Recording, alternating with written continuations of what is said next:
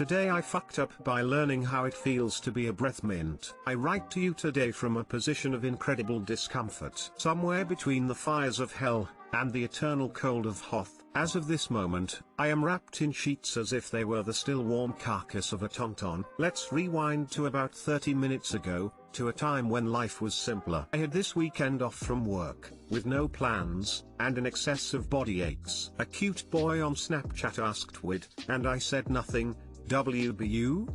He says he's taking a bath. Now I'm not usually a bath taker, but that sounded like a really nice idea. So now, with a purpose for my day in mind, I drew a piping hot bath, but thought it could use a little spicing up. So I retrieved a bag of 100% pure menthol crystals from my bathroom cabinet. I put a small handful in, and entered the water. At first, it was pleasant. I love the smell of mint, and the water felt nice. But something was off. More, shall I say, tender parts of my body began to burn with that familiar icy hotness. Realizing that the air was only getting mintier, I kept from the water and tried to scrub the mint off. But the water and air was unbearable to touch. I felt as if I were self-immolating in a blizzard. I desperately rubbed a moist towel over the worst affected areas, and have been shivering in bed ever since, with every movement, breeze, or fart, sending shivers down my spine. Too long didn't read. Do not add 100% pure menthol to a bath. It's cold, it burns everywhere, and it only gets worse as the menthol evaporates. Edit, this is how it feels to chew 5 gum. Satan, stimulate your senses. I'm glad you've warmed up. But why, I have to know. Did you have a bag of 100% menthol at your disposal? It is a mystery. Sometimes the universe is weird like that. But for serious, I have no clue where it came from. This is the best yet strangest post I've seen today. Congrats on becoming a stick of mint gum. I'm not so minty anymore, but my whole apartment is. Made the mistake of trying menthol body wash once. Felt like my balls were sitting in a bucket of ice water. Never again. Bet it was like using toothpaste on things that aren't teeth. Update, warmth has returned to my extremities. I still fear leaving my burrito of blankets, as my legs are still oversized peppermint candy canes. My knee pain has not yet returned. Perhaps I have gained resistance to tendinitis?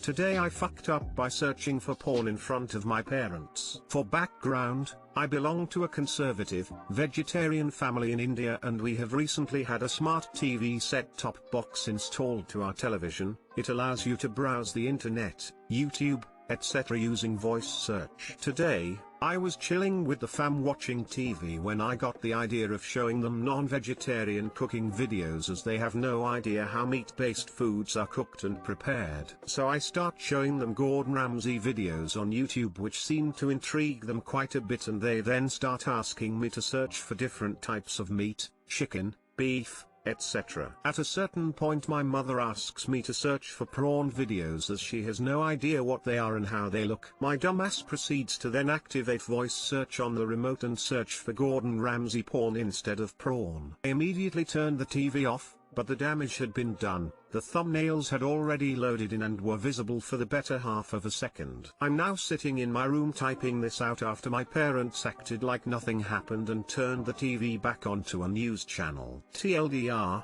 accidentally voice searched porn instead of prawn in front of my parents. I bet Gordon Ramsay prawn porn is a thing. I refuse to test this hypothesis. 788,000 results for all you people asking. It's raw! Exclamation mark. Hashtag where's the saucy! Exclamation mark.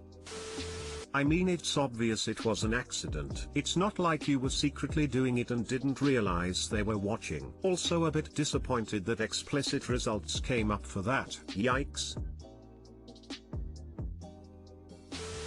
Both parents are saying iska shadi kariya denj, time aagaya. For all of you who doesn't understand what this means, it translates into the time has come to get him married. Today I fucked up by pretending I would spit on customer's order. So, this actually happened 4 years ago on my very first job.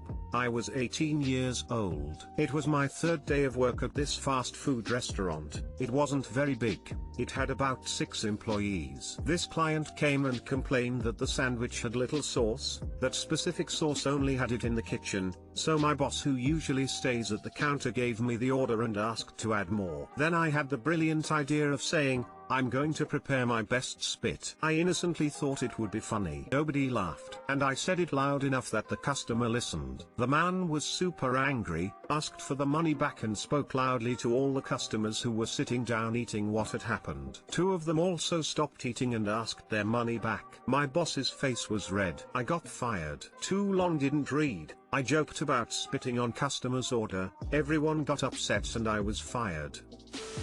That was like, "Hey, can you fire me?" This is like saying bomb in an airport or fire in a theater. You don't say shit like that in front of your boss or the customer. Honestly, I'd be surprised if you hadn't gotten fired. Yup, you done goofed.